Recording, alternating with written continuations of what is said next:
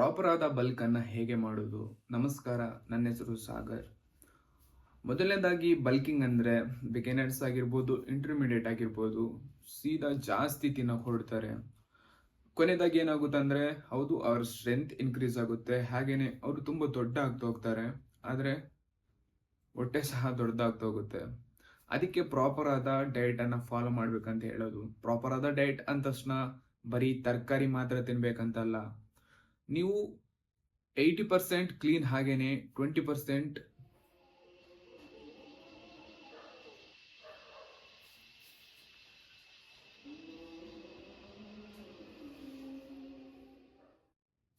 ಪ್ರತಿಯೊಂದು ಧರ್ಮಕ್ಕೂ ನಾವು ರೆಸ್ಪೆಕ್ಟ್ ಅನ್ನು ಕೊಡಬೇಕು. ಬಲ್ಕ್ ನ ವಿಷಯಕ್ಕೆ ಬರೋಣ. ಬಲ್ಕಿಂಗ್ ಅನ್ನೋದೇನಿದೆ, ಎರಡು ರೀತಿಯಾದ ಬಲ್ಕ್ ಅನ್ನ ಸಾಮಾನ್ಯವಾಗಿ ಮಾಡ್ತಾರೆ. ಒಂದು ಡಯಟ್ ಬಲ್ಕ್, ಇನ್ನೊಂದು ಲೀನ್ ಬಲ್ಕ್.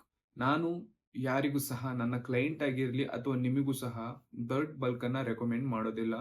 ಹೌದು, ಇದರಿಂದ ನಿಮ್ಮ ಸ್ಟ್ರೆಂತ್ ಜಾಸ್ತಿ ಆಗಿರ್ಬೋದು, ಆದ್ರೆ ಜಿಮ್ ನಲ್ಲಿ ನೀವು ಹೋಗಿ ಬಟ್ಟೆನ ತೆಗೆದು ನಿಮ್ಮೊಂದು ಫೋಟೋನ ತೆಗಿತೀರಲ್ಲ, ಅವಾಗ ನಿಮ್ಮ ಬಾಡಿ ನೋಡಿ ನಿಮಗೆ ತುಂಬಾ ಗಿಲ್ಟ್ ಫೀಲ್ ಆಗುತ್ತೆ. ಆ ತರ ಆಗ್ಬಾರ್ದು. ಅದಕ್ಕೆ ನೀವು ಲೀನ್ ಬಲ್ಕ್ ಅನ್ನ ಮಾಡ್ಬೋದು.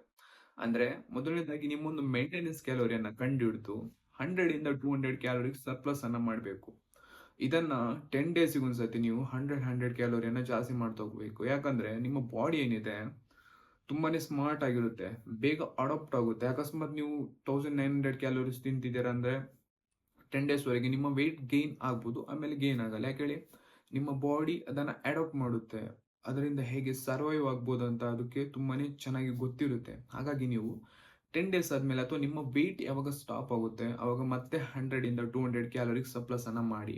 ಅವಾಗ ನಿಮ್ಮ ವೆಯ್ಟ್ ಗೇನ್ ಆಗುತ್ತೆ. ಅದರಲ್ಲೂ ನೀವು, ನಾನು ಮೊದಲು ಹೇಳಿದಾಗೆ, ಓಹೋ ನಾನು ಬರೀ ವೆಜಿಟೇಬಲ್ಸ್ ಮಾತ್ರ ತಿನ್ಬೇಕು, ಫ್ರೂಟ್ಸ್ ಮಾತ್ರ ತಿನ್ಬೇಕು, ನೋ, ಹಾಗೇನು ತಿನ್ಬೇಕಂತಿಲ್ಲ.